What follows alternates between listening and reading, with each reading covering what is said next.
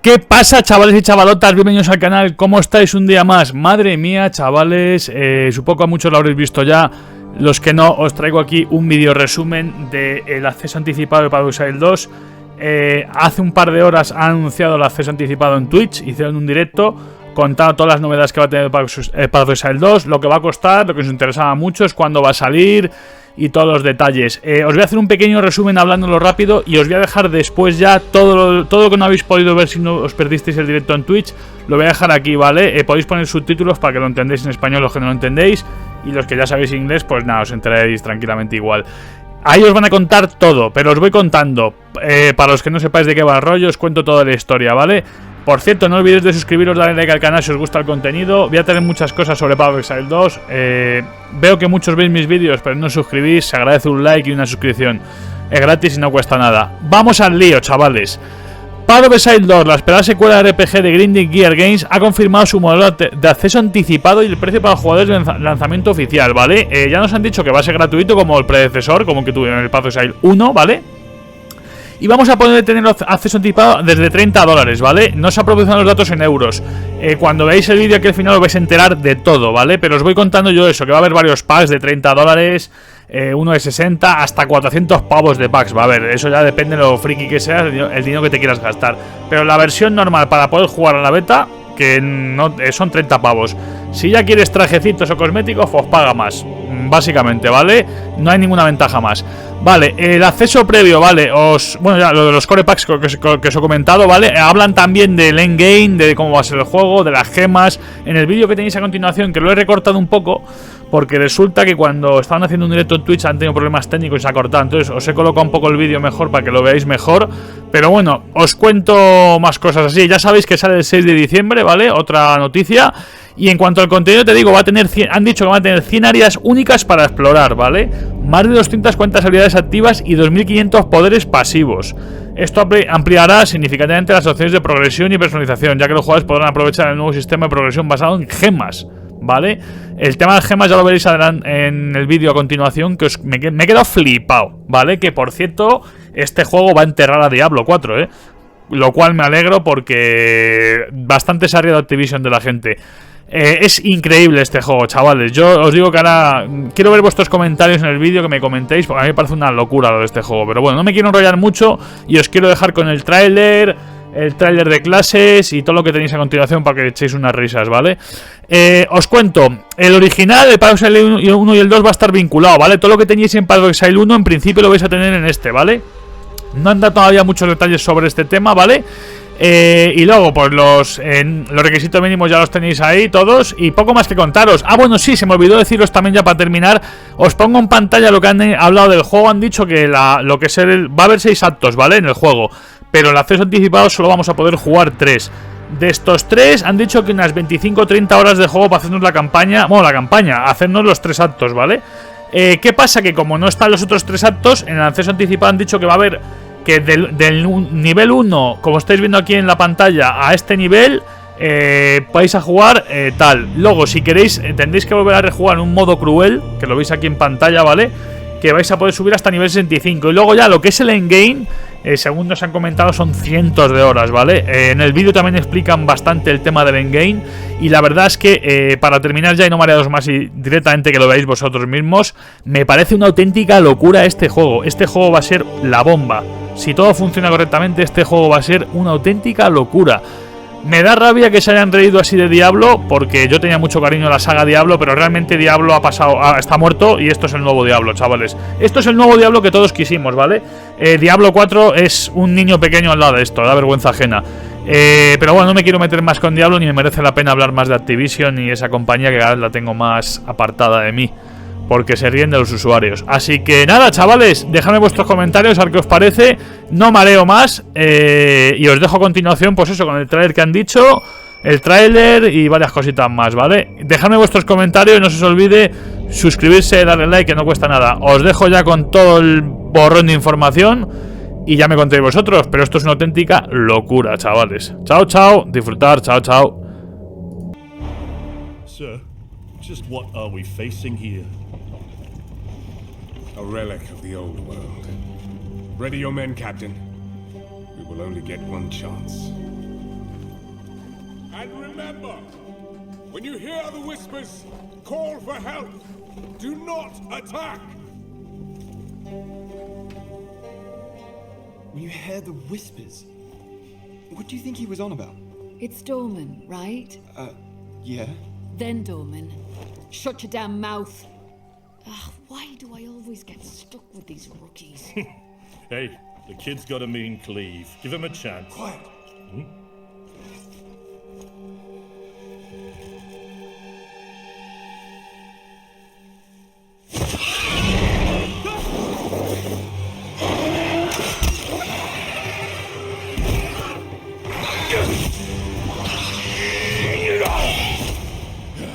Sullen!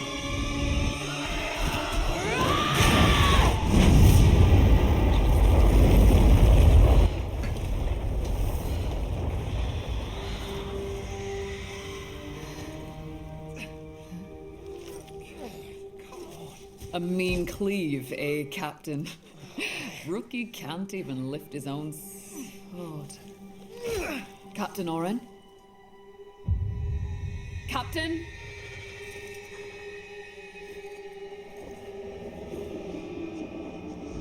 It's here. Rain! Send the signal! What the fuck? Rain! On my back, Rookie! Blade up! Come on! I'm ready! I'm ready!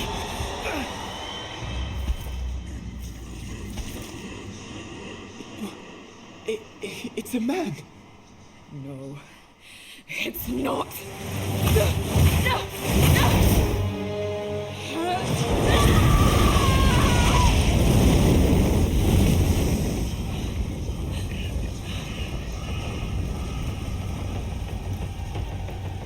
Run!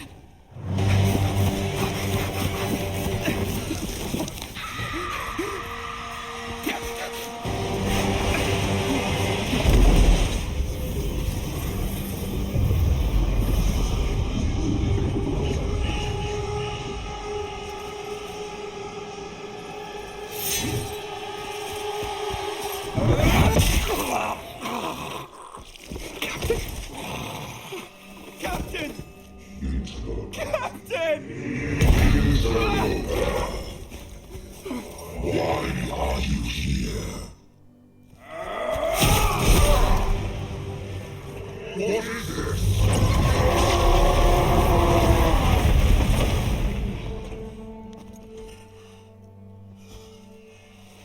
Stop! Humanity isn't ready. On your feet, lad. Sir, the captain, You'll be fine. Here.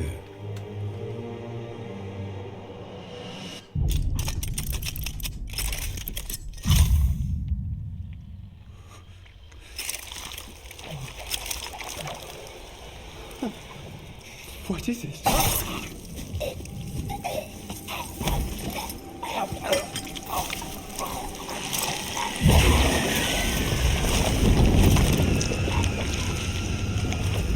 Get the body. Stop. Mortal. It can still be contained. You don't know what you have unleashed. Your kind no longer control this world. We cannot destroy your body, it's true. But you will watch as we destroy everything you have built. Bind him!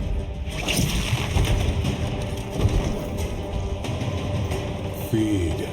Grow, my child. I'll make sure you can eat your fill.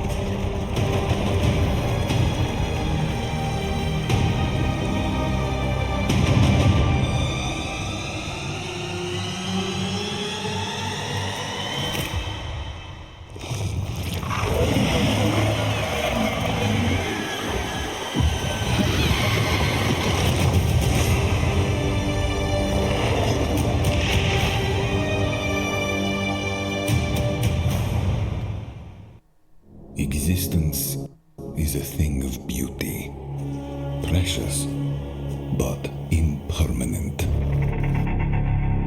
Life and death are mortal enemies, and yet bound to one another.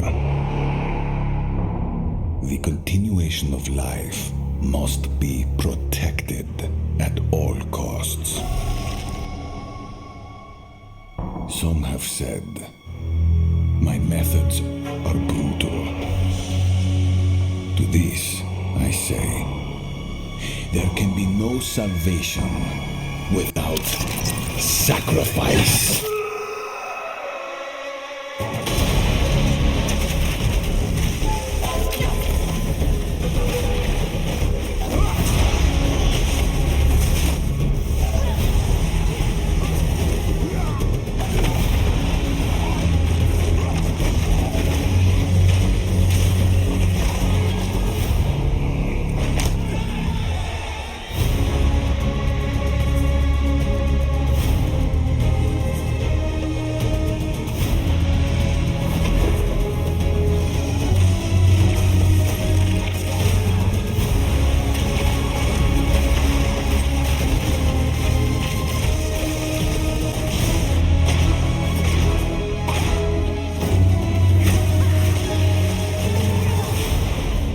We are faced with the end, and I will do what I must.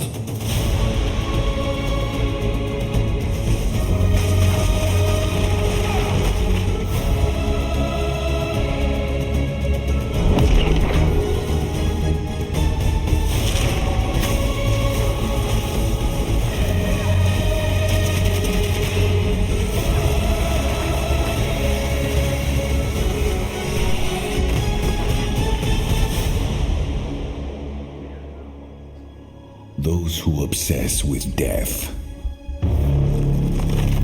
let them soon be acquainted with it.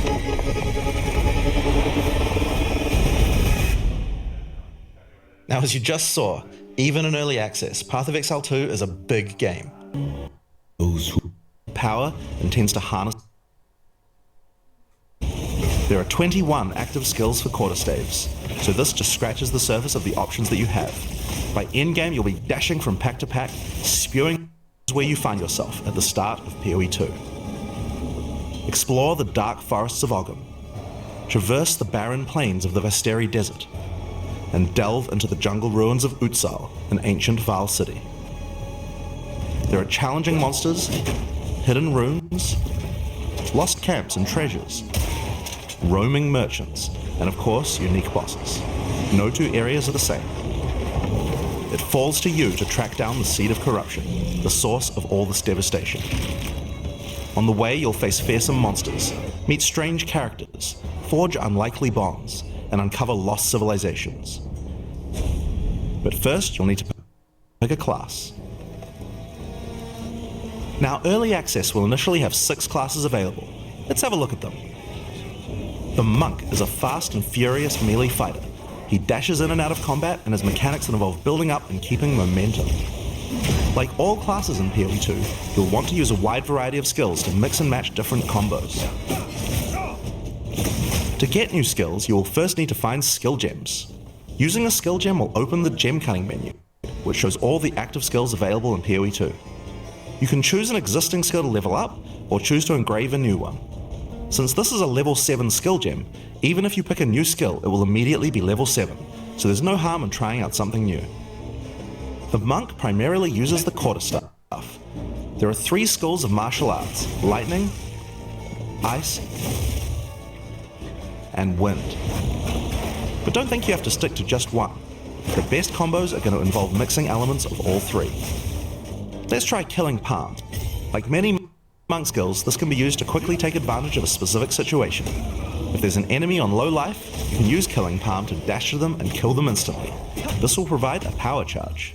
Then we can use a different skill to consume that power charge for a much more devastating attack. The Monk also has powerful combo skills. Tempest Bell, for example, is a skill that places a giant resonating bell. Hitting the bell causes it to ring, dealing damage to all enemies around it. You can also do things like freeze or shock the bell, which will add elemental damage to the strikes. The Monk also has a variety of abilities to empower his staff. If an enemy is close to being stunned, you can use Staggering Palm to punch them down. After that, any attack you do will shoot out wind projectiles. There are 21 active skills for quarterstaves, so this just scratches the surface of the options that you have. By endgame, you'll be dashing from pack to pack, spewing projectiles and obliterating screens of enemies with huge combo attacks. Now if you like a style of melee that's a little slower but hits much harder, then the warrior is for you. He pounds the ground with big chunky attacks and can shrug off the hits of small enemies with large amounts of armor. Even though the mace slams are slow, you never lose control. Longer attacks can be retargeted as you go, and if you find yourself committed to a long attack, you can dodge roll out of it at any time. Among the skill option for maces, you will find a variety of slams, fire attacks, war cries, and shield skills. Here, I'm going to slam the ground, rending it apart with lines of fire. Any slam skill will then cause these fissures to erupt with lava. I can even run through them with a skill like Stampede to do huge amounts of damage. The warrior can also use war cries, which can empower your next skill. Seismic Cry, for example, will double any slams from your next attack. The Stampede counts as a slam, so I can double that for even more craziness. If you want to go a little faster and be a little more defensive, equip a shield. In PoE 2, you can raise your shield at any time to block all damage from the front, even spells. While holding up your shield, your stun meter will build as you take damage, so be careful. If it reaches 100%, your stance will break and you will be vulnerable. Some enemies also have unblockable attacks, which are indicated by this red flash. If you see one of these coming, make sure to dodge out of the way. Using a shield also gives you access to shield skills, like Shield Charge, which allows you to charge towards enemies and stun them. While charging, you're also blocking the whole time, so you have full damage immunity from the front. The warrior also has access to totems. Some totems have built-in abilities, like Shockwave Totem, which can be placed to stun nearby enemies and trigger aftershocks like those from the earthquake. But you can also get Ancestral Warrior Totems, which allow you to use any slam skill in your repertoire. This is a meta skill, which means that it's a skill you can put other skills into. I can take a slam like Sunder and socket it into my Ancestral Warrior Totem. Now when I summon him, he'll sit there and slam the monsters from a distance. There are 20 active skills for maces, so there's a lot more to try out, but by endgame you're going to be dropping hammers from the sky, leaping fearlessly into combat and separating the very earth you stand on. Time for some ranged attacks. The ranger is primarily about the bow, but we wanted to make sure that she feels agile as well. In PoE 2, you can shoot while moving. Combined with all the skills the ranger has that allow you to jump around, you'll have a lot of mobility in combat. Bow skills have a variety of lightning, poison, ice, and physical attacks. Lightning attacks bounce around between targets. You can also stick lightning arrows in the ground which explode when hit by the bounces, or electrocute enemies to take them out of combat. Ice attacks allow you to slow and freeze enemies to keep them away from you. Using poison, not only can you slowly damage your enemies from afar, but also grow some interesting plants. With 21 bow skills and all the mobility and combo tools the ranger has, you can take advantage of every situation. By endgame, you'll be creating hundreds of arrows, be they falling from the sky, bouncing around between enemies, or spraying out of tornadoes. You might have noticed in the bottom left of the screen that the flask slots look a little different. In PoE 2, you have one dedicated life flask slot and one mana flask slot. Flasks gain charges as you kill enemies, and typically allow you to heal 6 or 7 times if they're full. But that's not the only thing you can use charges for. Charms are a new item type that will automatically defend you from various debuffs or damage types. Having trouble with getting frozen? Equip a Thawing Charm. When it's fully charged, it will make you immune to freeze for 3 seconds if you get frozen. To recharge them, just kill more monsters. You can gain more slots for charms by upgrading your belt. The mercenary wields a crossbow that can be loaded with different ammo types, offering versatility, power, and mobility. All classes in Path of Exile 2 can be controlled with WASD, which makes this class play exactly like a shooter. For the crossbow, you will find skills that work like shotguns, sniper rifles, assault rifles, and even grenade launchers. But not only that, there are a wide variety of more interesting elemental ammos too. It's very fast to switch between ammo types, as long as you already have them loaded, which makes the mercenary able to combo abilities together for devastating effect. Use Glacial Bolt to create walls of ice to separate enemies, then switch to Fragmentation rounds to explode the ice, dealing massive AoE damage. If I come across an armored enemy, I could use Armor Piercing rounds to break their armor, and then High Velocity rounds to take them down. Or perhaps I could fire a gas grenade to poison enemies before detonating the cloud with an explosive shot for massive damage. If you want to call in some suppressing fire, you can summon Artillery Ballistas. These have a minimum range, so you'll want to prepare your position carefully before moving in. There are 22 active skills for crossbows.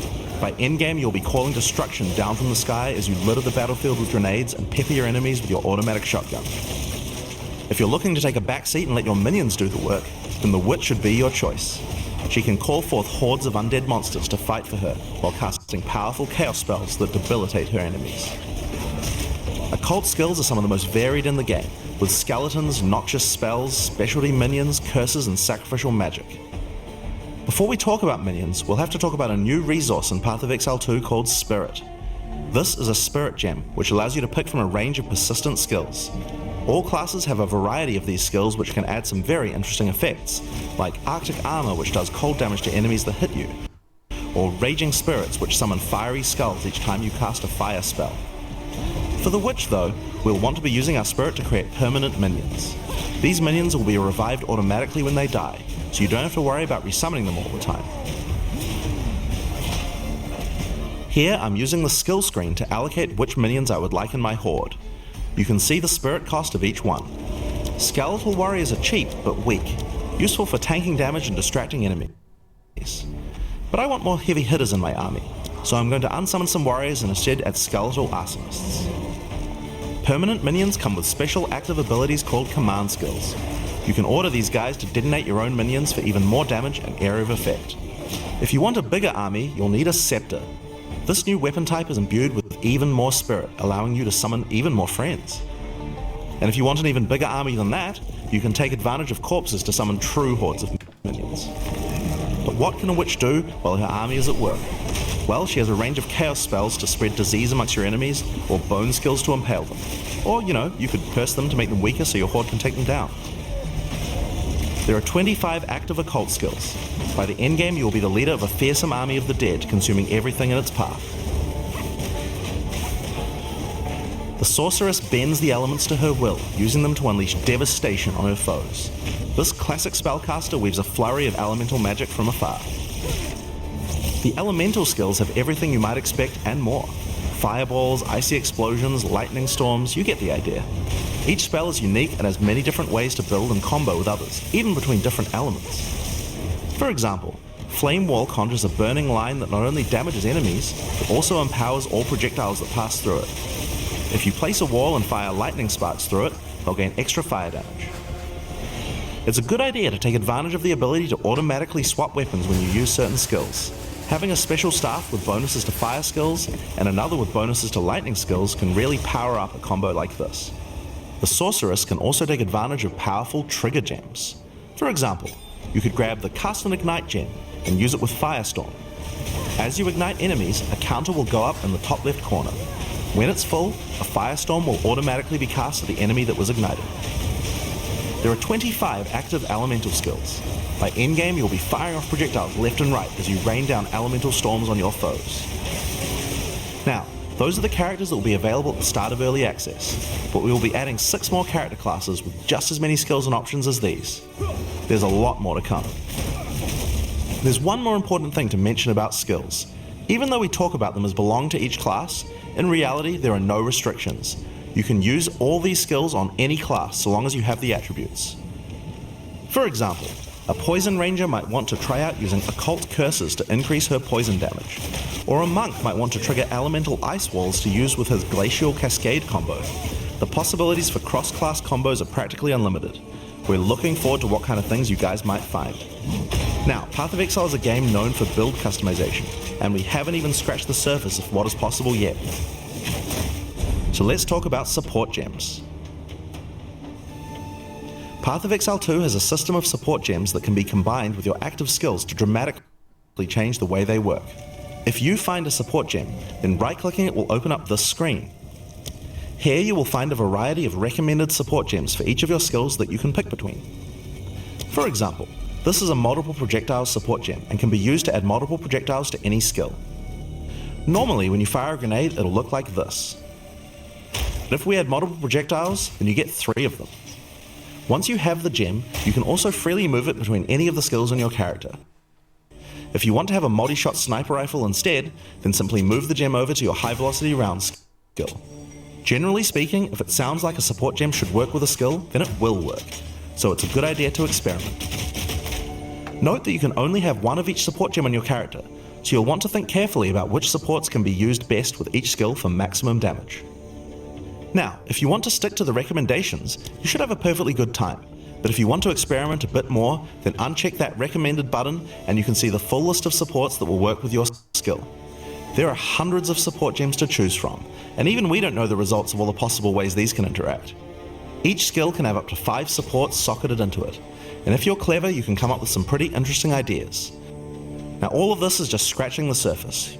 You can make frost vortexes, break people's armor, make minions explode, make skills repeat, make enemies set each other on fire, cull enemies or pin them to the ground. Supports let you drastically change the behavior of your skills and create your own unique build, or at least follow someone's OP build guide. So speaking of builds, let's talk about one of the most iconic Path of Exile systems, the passive skill tree. Yes, it's huge. There are over 1,500 nodes on there. Now a lot of people open the tree and can get a little intimidated at first, but try not to be scared. There are lots of options, but at its core, it's pretty simple. Each level you get 1 point to put into the tree. Each class starts at a different location, but they all share the same tree. Around your section of the tree, you'll find relevant bonuses for your character. You should be safe in the knowledge that there aren't many wrong choices here. Almost all the starting nodes will be useful for your character in some way. But if you do happen to make a choice you regret, you'll be able to respec any nodes you've taken by spending a little bit of gold.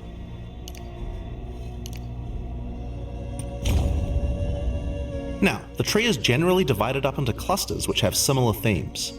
In each cluster you'll find small nodes that give simple bonuses like increased damage, but the real power comes from notables.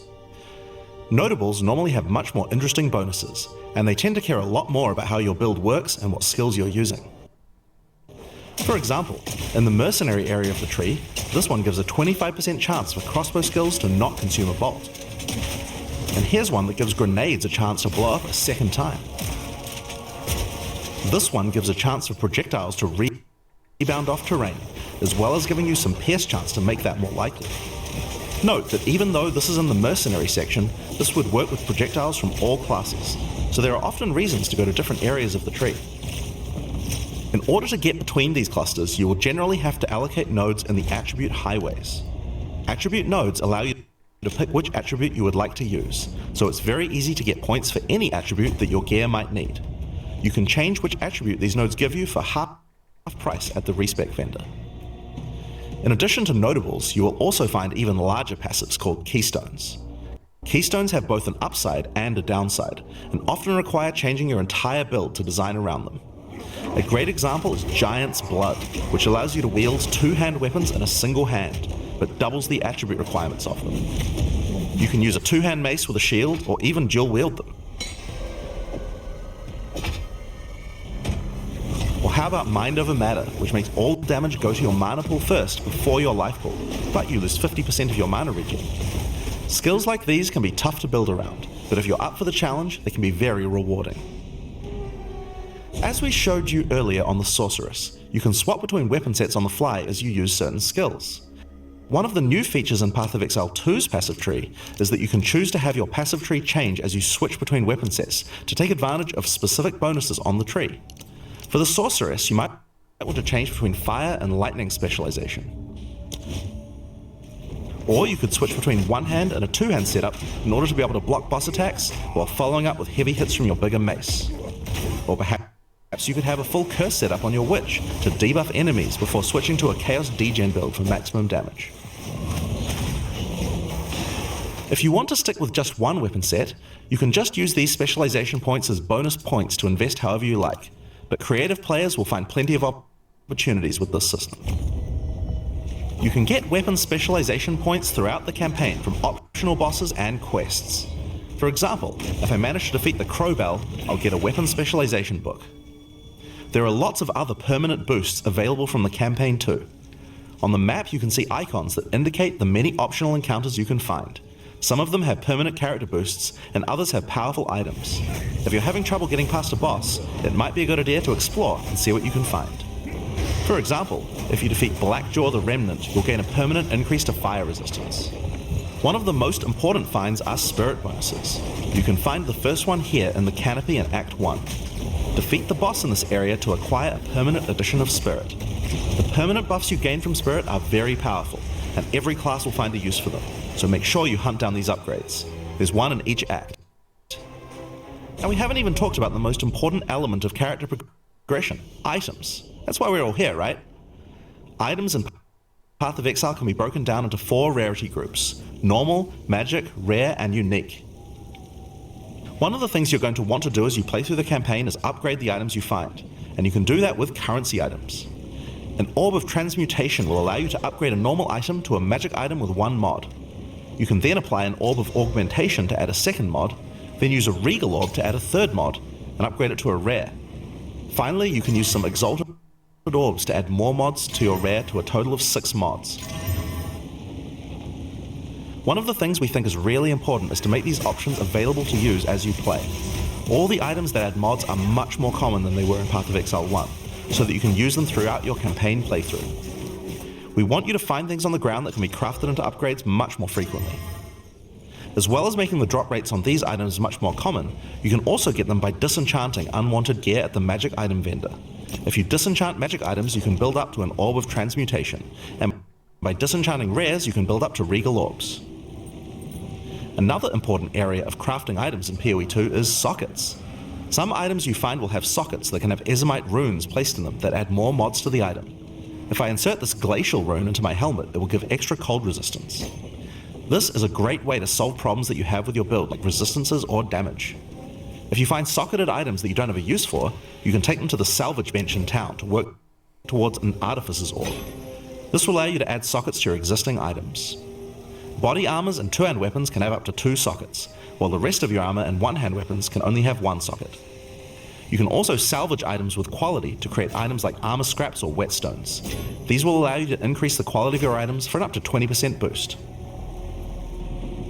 If you don't want to disenchant or salvage your items, you can always sell them for gold. Gold can be used to buy items from vendors, and we've tried to do a lot to make sure that the items they have for sale are actually useful. Every time you level up, they get more stock, so make sure to check back often. Other vendors offer a gamble. Pay a flat amount of gold and you'll get a random item of a specific type. This could be a great way to improve your gear, if you're lucky. Gold is also used to respec your passive skills. Take advantage of this system to experiment with your tree and rework it as required. The other thing you might want to use gold for is the currency exchange. This allows you to exchange currency items with other players on an open market, in exchange for a small gold fee. Now, all items in Path of Exile are freely tradable. We never bind anything to your character, except gold. Now, most gear in Path of Exile 2 is randomly generated, but there's another type that isn't: uniques. They are especially rare, each with a handcrafted set of unusual mods which can dramatically change a character's build. They're not just better rare items, they can do much stranger things that can fundamentally change your character. Corpse Wade will make any corpses you run through explode into clouds of poison. The Sands of Silk is a body armor that changes your dodge roll into a blink, morphing you into sand as you teleport past your foes. And of course, some uniques are just pure hits of dopamine, like Quill Rain, which just turns your bow attacks into full auto by doubling your attack speed. Each unique is something that you can build your character around. We try to make sure that most unique items have a potential use at endgame, even if you find them early on.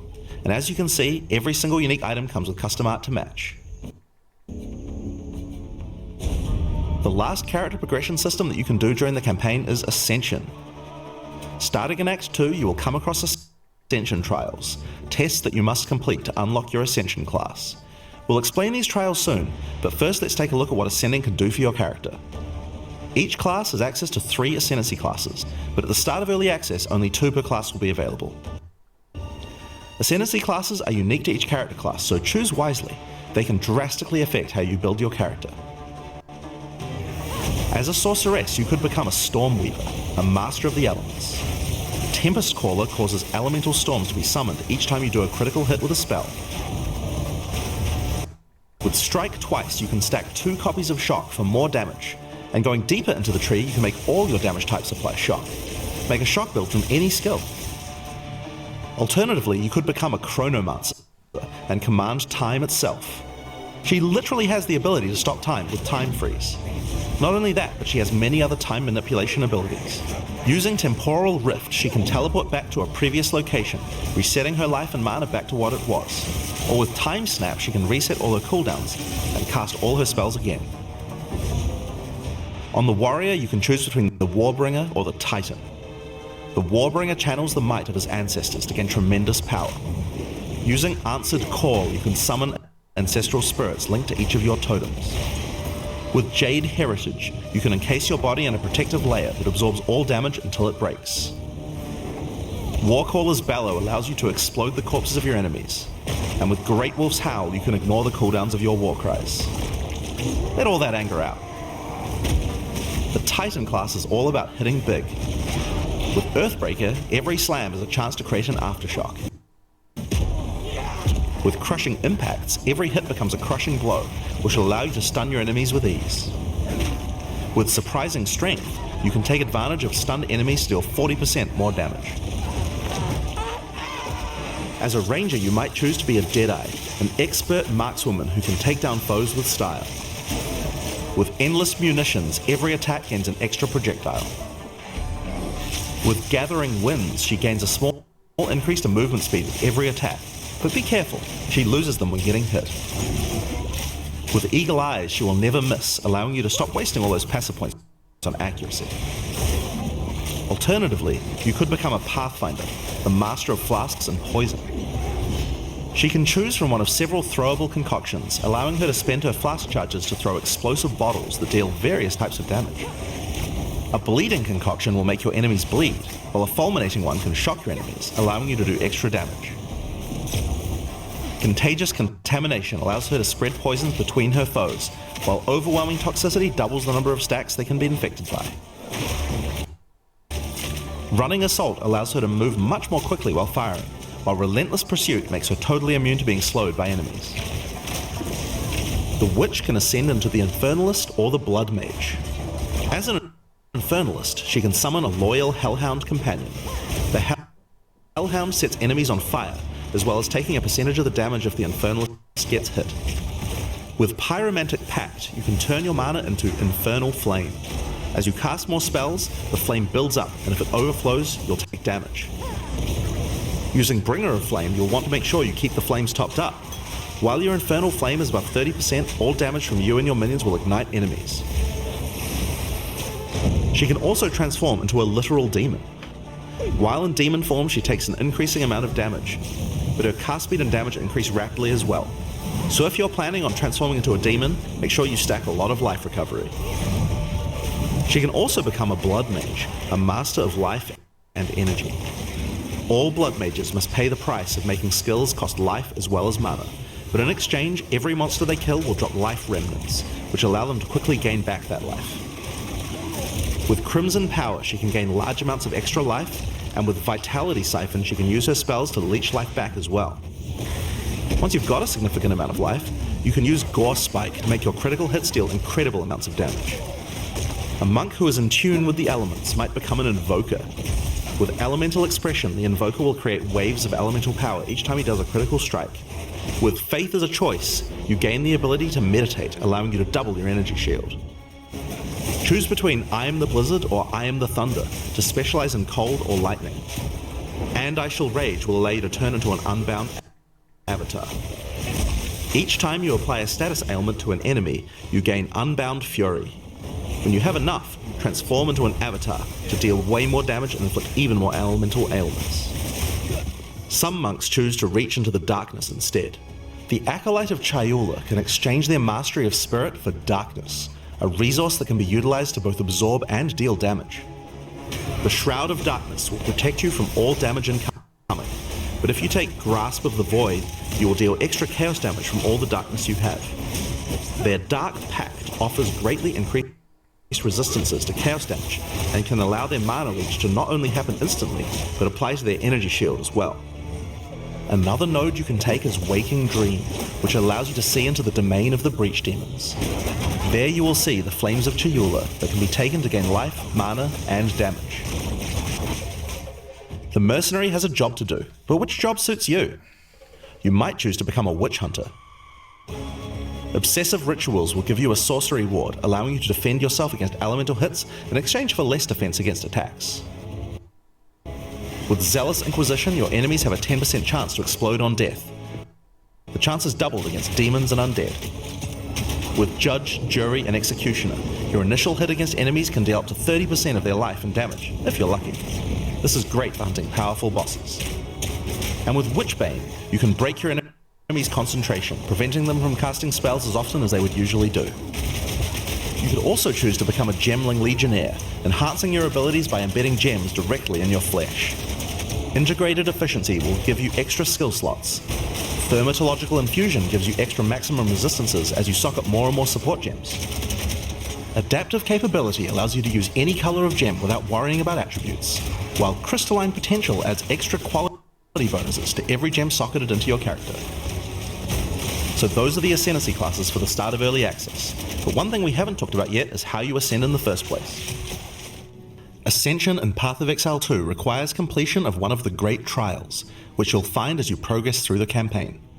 Each one is associated with one of the major cultures of Rayclust.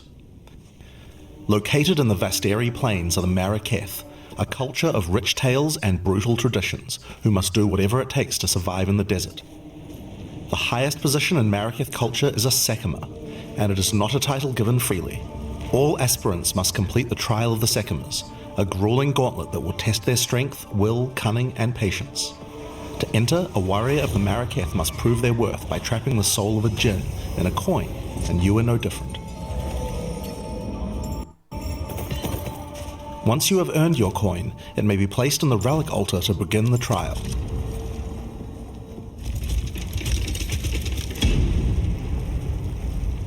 In the Trial of the Sekimas, each room has its own challenges to overcome. In this room, each rare monster you kill will send its blood to the chalice in the center of the room. Once the chalice is filled, you will be able to proceed. While fighting monsters in the trial, you will need to be very careful. Each hit will not only hurt you, but will damage your honor. The monsters are well telegraphed, so that you can avoid their attacks, but if you run out of honor, you will fail the trial and need to find another coin in order to try again. It is a good idea to make sure that you are well prepared before challenging the Trial of the Sekimas. After each room you will be rewarded. In this case you have been given a key that can be used to unlock chests later in the trial. Once you have claimed your reward, you will be shown a map of the rest of the floor and may choose how you wish to proceed. Which challenges would you like to face, and which rewards do you want to claim? Some rooms are more dangerous, afflicting you with debuffs that will persist for the entire trial.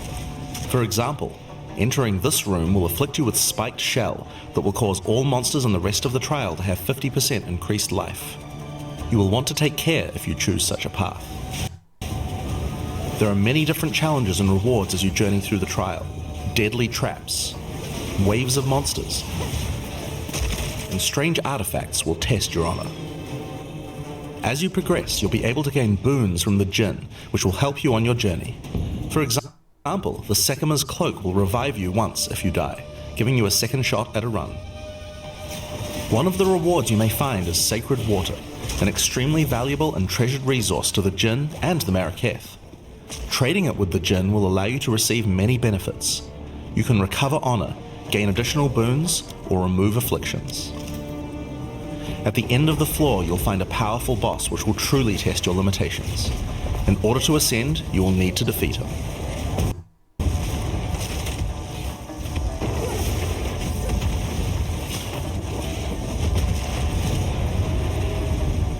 Having defeated the boss, you've earned the right to ascend, but first, the loot. The keys you have found may be used to open the various treasures in the vault at the end of the floor. We only have a single bronze key, so we'll just have to open one of these small chests. If you want to open the better ones, you'll need silver or gold keys. Let's use the Altar of Ascendancy. Your first ascension will allow you to pick your class and grant you 2 points to use in the tree. Now there are more floors and many more rewards that can be found within the Trial of the Secumus, but we'll save that for the section on the endgame. For now, let's talk about the second Ascendancy trial, the Trial of Chaos. In Path of Exile 2, you can choose whichever trial you like to earn your ascension. Each culture on Rayclast had their own methods to ascend. If the Trial of the Secumus is not your kind of playstyle, or you're finding it too difficult, you could try another. You can gain all your ascension points from just one, or mix and match them. It's up to you. For early access, we will have 2 trials as options, with a 3rd trial coming later for the full release. While exploring the Vaal jungle, you'll discover the Temple of Chaos. Before the Vaal embraced the science of corruption, their civilization worshipped chaos. This ancient trial was once used by the Vaal to test their high priests. A high priest of the Vaal must show willingness to risk everything to gain power. Entry to the trial requires a token from a strange entity known only as the Trial Master. For those in which he sees potential, he shall inscribe an ultimatum. Many have attempted these trials in search of greatness. Most have perished. Will you be able to defy the odds?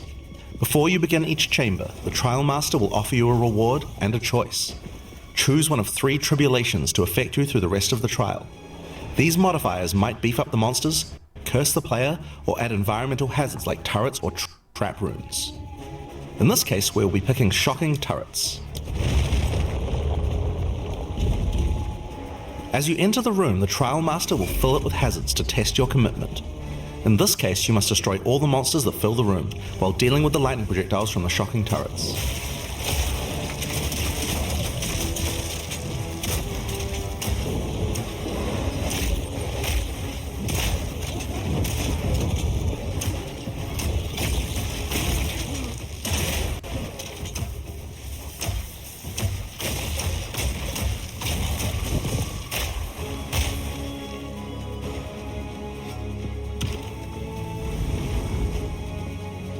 After each room, you will need to make a choice. Take the rewards you have earned so far, or go double or nothing. Increase your rewards, but take on more risk. Each tribulation you add is minor on its own, but they quickly stack on top of each other and can become overwhelming. There are many types of chambers in the trial. Each will test your resolve in different ways. This one simply requires you survive for a certain amount of time. Another requires you to escort the stone idol through the level as elevators full of monsters descend to attack you. Should you be able to get through the first 3 chambers, you will face your first boss. The order of the bosses is random, and combined with the tribulations you have selected, the fight will never feel the same. After defeating the boss, you may claim your rewards. Of course there are the items, but you also gain the right to ascend. If you already did the Trial of the Secumus, then you can claim 2 more points to add to your Ascendancy class. Now it's possible to go much deeper. There are more bosses, rewards, and risks to take, but we'll talk more about that when we get to endgame. So how about we talk about that now? So far we've only been showing you footage from the campaign, but some people would argue that the endgame is where the game truly begins. Something that happens almost every time a new action RPG launches is people saying, there isn't enough endgame content. Well, we want to make sure that in POE2 people don't feel that way. And we actually only changed our development priority for this recently. The first 3 acts of POE2 already take around 25 hours to complete if you're a new player. This is already a pretty significant campaign. On the other hand, people spend hundreds of hours in endgame each league. We realized that finishing the rest of the campaign for early access was actually a bad idea. Instead of having acts 4 to 6 in early access, we could concentrate on endgame and make that great. For new players, a 25-hour campaign is already a huge game with lots of content. But for existing action RPG players, what you mostly care about is all the endgame challenges to overcome. So several months ago, we switched the entire development team's focus over to making endgame content. At the start of early access, there will be 50 bosses and around 400 monster types. But the great thing is that the rest of the game is like 80% there. We'll be adding content to roughly double the size of the game during early access and into release. Now, in order to make the endgame happen at the same character level as what it would be after we added the rest of the acts, we've added a second difficulty level called Cruel, where you repeat the campaign with all the monsters and bosses leveled up. And of course new rewards. You can kind of think of it as like a new game plus. It's also a lot faster to get through the content the second time as your clear speed increases. That will take you to around level 65, where the endgame begins. Once we add the remaining 3 acts, we'll be removing cruel difficulty, so you'll progress straight from the end of Act 6 to endgame. But what is the endgame? To explain that, I'll hand over to Mark. He can tell you all about it. Hi, I'm Mark Roberts, Game Director on Path of Exile 2. Well, one thing that Path of Exile is known for is having a lot of distinct endgame content to choose between. Each endgame mechanic needs to have its own progression system, areas, bosses, rewards, and player power that can only be gained from that content. We're going to be adding a lot more over time, but for Path of Exile 2 we decided to start with 7 distinct systems you can progress through. This is the Atlas, and it serves as the core of the endgame for Path of Exile 2. It's infinite and expands in all directions. Now, we are not going to spoil the plot too much here, but corruption from the beast has blighted the land, and your objective is to help fight it. In the center of the Atlas you will find the Ziggurat, a temple in which the Val research the fundamentals of space and time. Here, we can open portals to nearby locations and begin cleansing corruption and finding resources. In order to power the portal device, we will need waystones. Each waystone has a tier which will determine the level of the monsters that you will face. To go to an area, simply click one that is adjacent to an area that you have already completed. Insert the waystone and click Traverse. Portals will open, allowing you and your party to travel to the area you have selected. All the areas in the endgame feel distinct from the locations in the campaign, and we have dialed the randomization up to 11.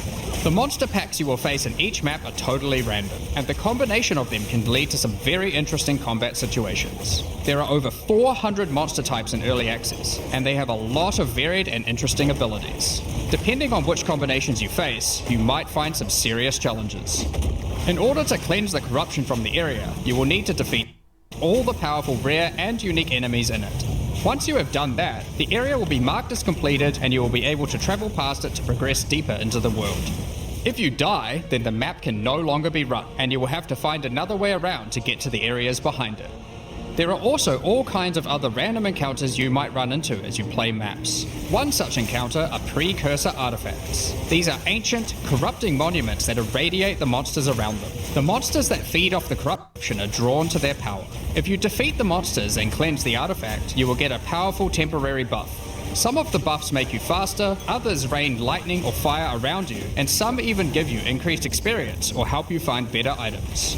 You can also find strong boxes. These enigmatic chests guard piles of treasure, but are always a trap. Monsters lie in wait to attack you the moment you open it, and the boxes often have mechanisms to unleash powerful spells or dangerous debuffs. There are different types of strong boxes containing different items, and you can even use your currency items to craft them on the fly, so you can optimize the content. But be careful of opening one you can't handle.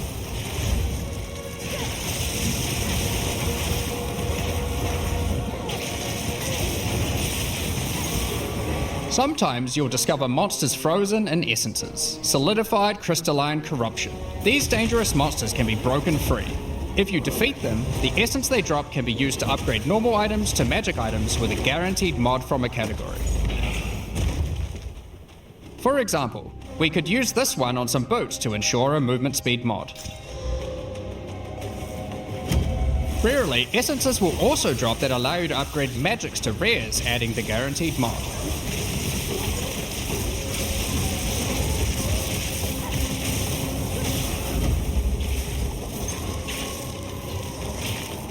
This is incredibly powerful since it allows you to get a second deterministic mod in your crafting projects. Combining these with the currencies that are commonly found in Rayclast for modifying items, and we can get a very nice pair of boots indeed. Waystones, like all items, can also be crafted using your currency items.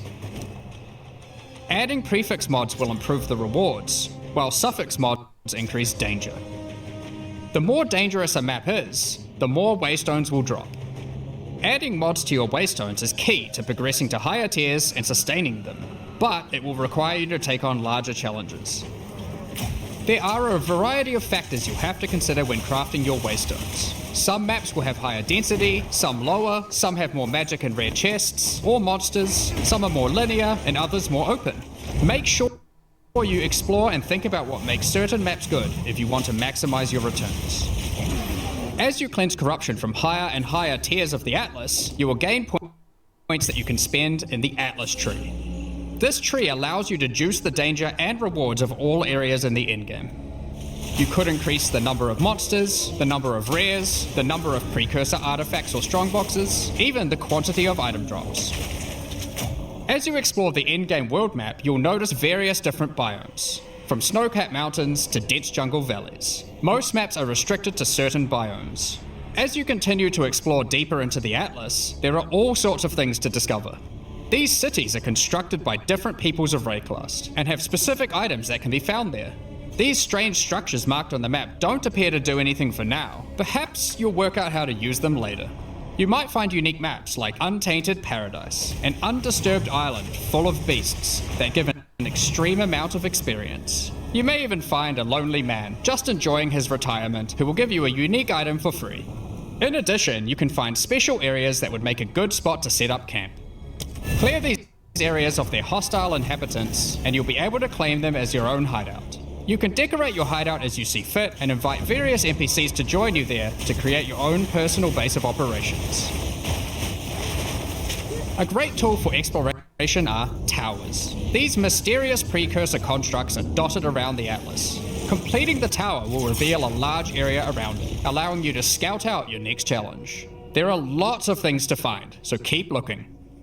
Some sections of your Atlas are influenced by corruption. This adds extra modifiers to the maps in the region, increasing difficulty and rewards. Here, slaying monsters in close proximity to each other will cause the vestiges of corruption within them to merge together, forming powerful and grotesque abominations. You may have noticed while looking at the Atlas that some of the areas have these icons above them. The icon indicates that the area contains some kind of special encounter. This icon indicates that the area has a powerful boss. Because only 1 in 4 maps contain a map boss, we are able to make them very powerful and very rewarding.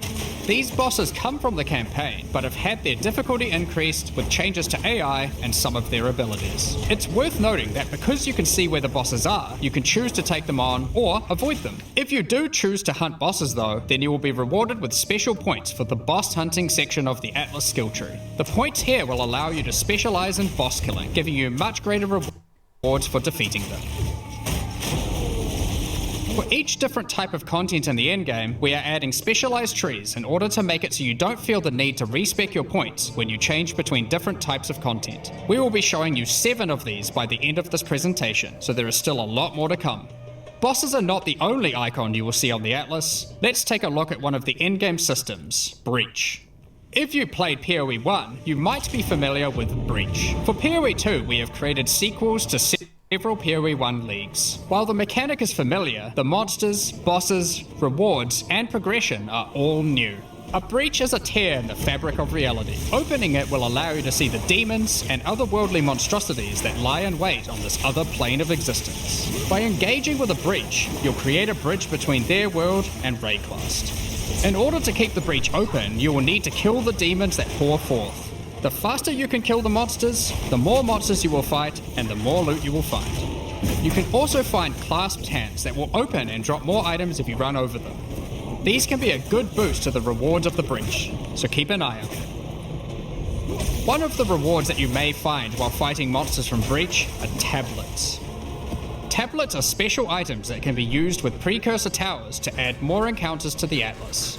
Breaches will drop breach tablets. Clicking on a completed tower will allow you to consume the tablet to add more breaches to areas within range of the tower. This makes all the content in the Atlas self-sustaining. Want to do more breaches? Find the tablets, add them to your towers, get more breaches, getting more tablets. Soon your Atlas will be covered in otherworldly domains. In addition, like all items in PoE, you can craft them. Use your currency to add mods to your tablets, allowing you to upgrade all the breaches in range. Tablets can have up to 2 mods. These mods do things like adding extra rare monsters, extra clasped hands, or even monster density of breaches, allowing you to keep them open longer. Often you will find multiple towers near to each other with overlapping areas of effect. This can allow you to rarely juice the mechanic by stacking the mods from multiple tablets. In your fight to hold the breach demons at bay, you may want to use the powers of their world against them. Each endgame mechanic always has player power that can only be gained from that mechanic, and Breach is no different. In Breach, you will find catalysts, items that can increase the quality of rings and amulets by improving specific mobs. You can also find Breach Rings, a special base type that can have its quality improved by catalysts up to 50%. In this case, you could create a ring with around 170 life. Breach Rings can become some of the strongest rings in the game, giving you some good motivation to face the demon hordes. In addition, each in-game mechanic needs to have a pinnacle in-game encounter. While killing Breach monsters, you may find Breach Splinters. Collect enough of these and you'll be able to create a Breach Stone. Using a vile technology called the Realm Gate, you can use your Breach Stone to access their domain and bring the fight to them. In this twisted domain, you will find nothing but a single massive breach. Triggering it will reveal hordes of breach inhabitants.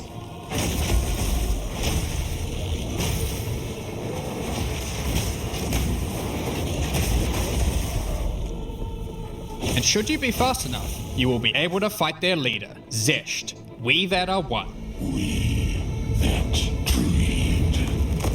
We in nightmare. We that are one. Fate lies true.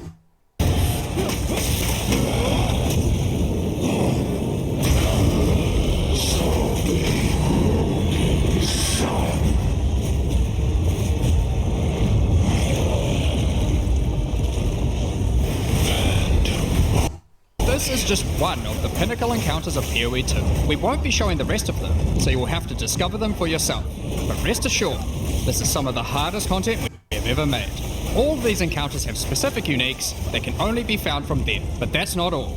We still have the progression system. Defeating Zesht will give you points to allocate into the Breach section of the Atlas tree. Allocating these points will make breaches and the Breach domain even harder, but will give you more rewards. The small nodes will increase the difficulty of the Twisted Domain, while the large nodes have more specific bonuses.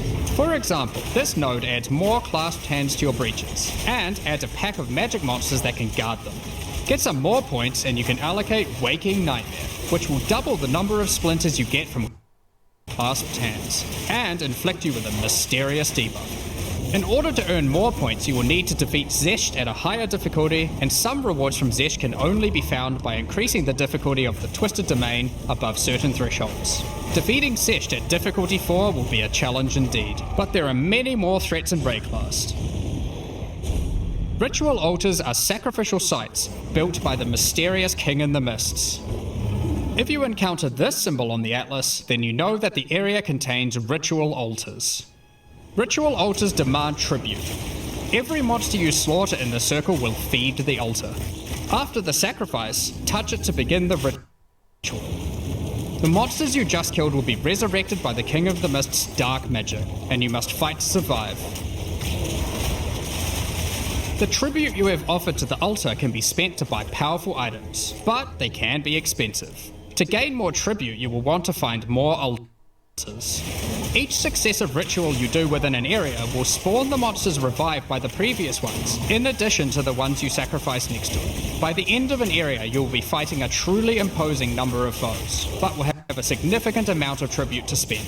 One of the rewards you can buy with tribute are omens.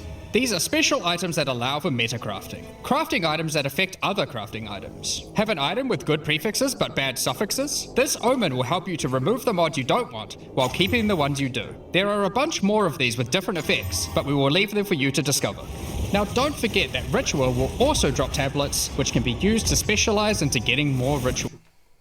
If you want to get to the pinnacle boss of Ritual, then you will probably want to use them. They can also be crafted to grant mods, making your rituals more rewarding. The pinnacle encounter of Ritual is the King in the Mists. Feared by the Asmeri people, he is said to have brought eternal darkness to the Wildwood. We won't show the encounter, but just like Breach, there are a range of unique items you can get for defeating him, and you will gain points in the Ritual section of the Atlas tree. Some maps have been touched by insanity. A mysterious entity has taken a special interest in you. Step through the looking glass and you will find your nightmares coming to life. When you touch a mirror, the mists of delirium will spread out across the area, infecting your mind. You must stay within the mist to maintain the nightmare, which is as profitable as it is terrifying. Everything you kill will increase the rewards that drop. However, the deeper into the mist you travel, the stronger the monsters are. Be careful not to overstay your welcome. Rare and unique enemies will become vessels for terrifying demons, who will manifest out of them to unleash powerful attacks on you. The mist also offers a strange crafting material, distilled emotions. By combining these emotions, you are able to instill your amulet with a notable from the passive skill tree. This is like gaining an extra passive point for free, attached to your gear. They are also particularly great because you don't have to traverse the tree to get them, allowing you to get off-class bonuses that would normally be much harder to get. Distilled emotions can also be used to instill your endgame maps, applying Delirious to them and adding additional difficulty and rewards, allowing you to further juice your endgame maps. The tablets you can find from Delirium can be used to further improve it, increase pack size, make the fog dissipate slower, or improve your progress towards the pinnacle encounter of Delirium. Speaking of which, every now and then you will find simulacrum splinters. The mysterious entity will create strange encounters based on warped versions of your own memories. Monsters and simulacrums come in waves that get progressively more difficult. You will receive loot at the end of each wave, and you will have to make the decision to leave now or continue on, facing up against even tougher foes from the mist. The bosses you will face as you get deeper into a simulacrum are truly terrifying. If you can complete a simulacrum, you will gain points for the Delirium section of the Atlas skill tree. Next up we have Expedition. Occasionally while clearing corruption, you will encounter these Kalguran settlers. The Kalgurans have discovered ancient burial sites with lost Verisium artifacts, and they want you to help dig them up with explosives. The Kalgurans have marked the locations where the relics can be found. Place explosives as best you can to dig up as many as possible. There is just one problem. Corruption has brought the corpses of their ancestors to life, so you might have to do a little cleanup before you can reclaim the artifacts.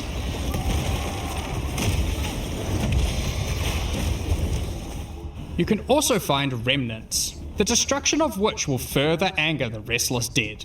Each one you blow up will make the subsequent monsters more powerful, but also more rewarding.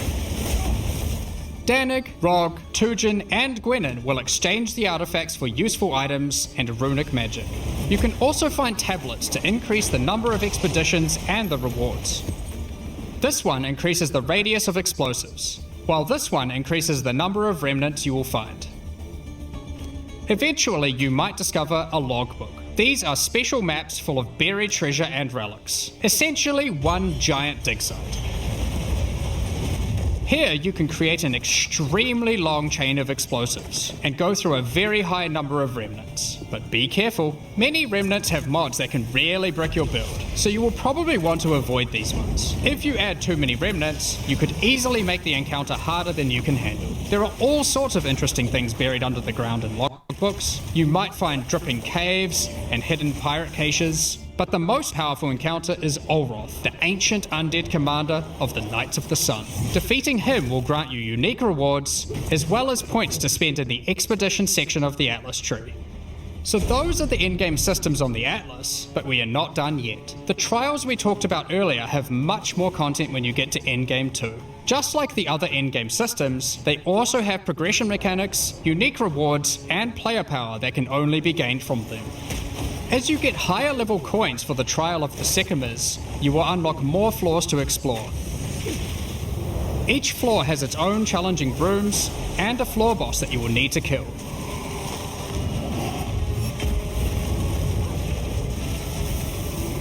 There are 4 floors in total, leading to another pinnacle boss at the end of the last floor, which can only be accessed at endgame. The Trial of the Sycamores is where you'll find jewels, which you can socket into your tree. These are like passives that you can craft with your currency items. They can be really powerful as they allow you to stack modifiers that may not be easily accessible on the tree normally. This jewel gives lightning damage and shock chance, for example. There are quite a few jewel sockets on the tree, so it's possible to gain a lot of power here. There are also other types of jewels that don't provide any bonuses themselves, but affect other passives surrounding them. This jewel increases the effect of small nodes and radius by 25%. With careful placement in the tree, you could get a significant amount of power from it. There are also unique jewels available with very interesting effects, but you will have to find those for yourself.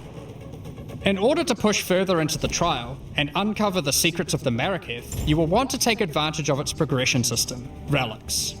Relics are items that can be placed in the relic altar as you start the trial. They give special bonuses that affect the trial, making it easier and increasing its rewards. Of course, you can craft these with your currency items, making them even stronger. If you can complete the entire trial overcoming all 4 floors, the final boss will reward you with one of many unique relics. These relics will be consumed when used on your next run, but can reward you with unique and powerful items. For example, this is the Last Flame. If you use it, you will have only 1 honor for the entire trial, so you will need to do a completely hitless run. The Trial of Chaos also extends into the endgame. As you gain inscribed ultimatums of higher and higher levels, the number of chambers that you can go through increases. In true Val style, this allows you to take even more risks for even more rewards. At endgame, you can progress through up to 10 chambers with 3 bosses on a single run. Stacking 10 tribulations on top of each other will make this a significant challenge, but it's worth it. The Trial Master will tempt you with items of the Val Empire, such as Val Orbs. Val Orbs are powerful crafting items that corrupt your gear with random mysterious outcomes. Corruption prevents an item from being modified further, so it has to be the last step of your craft, but it's also the most impactful one. For example, if you use one on your body armor, it might add a new powerful enchantment, or it might re-roll up to half of its modifiers. Val Orbs also have the ability to add a socket, allowing you to bypass the normal restriction of how many sockets an item can have. A body armor could get up to 3 sockets this way, allowing for a significant number of mods. Val Orbs can even modify uniques. Adding enchantments or sockets to uniques can make them incredibly powerful, but there is a good chance that you will break them as well. The Trial Master will also occasionally offer you soul cores. Originally formed by Chaos, the Val sought to replicate soul cores through human sacrifice rituals and blood magic to power their civilization.